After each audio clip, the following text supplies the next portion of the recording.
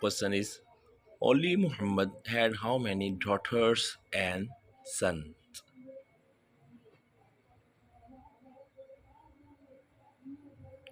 Answer is four daughters and three sons.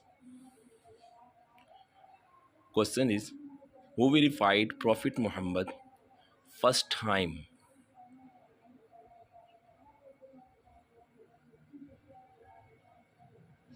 Answer is Varkha bin Nawfal.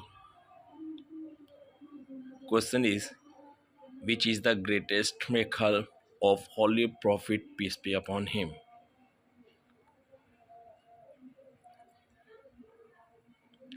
Answer, Quran is the greatest miracle. Question, what is the meaning of Surah Alaq?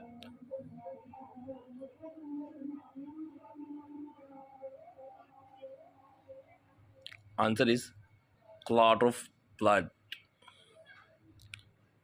Question is, what is the meaning of in jail?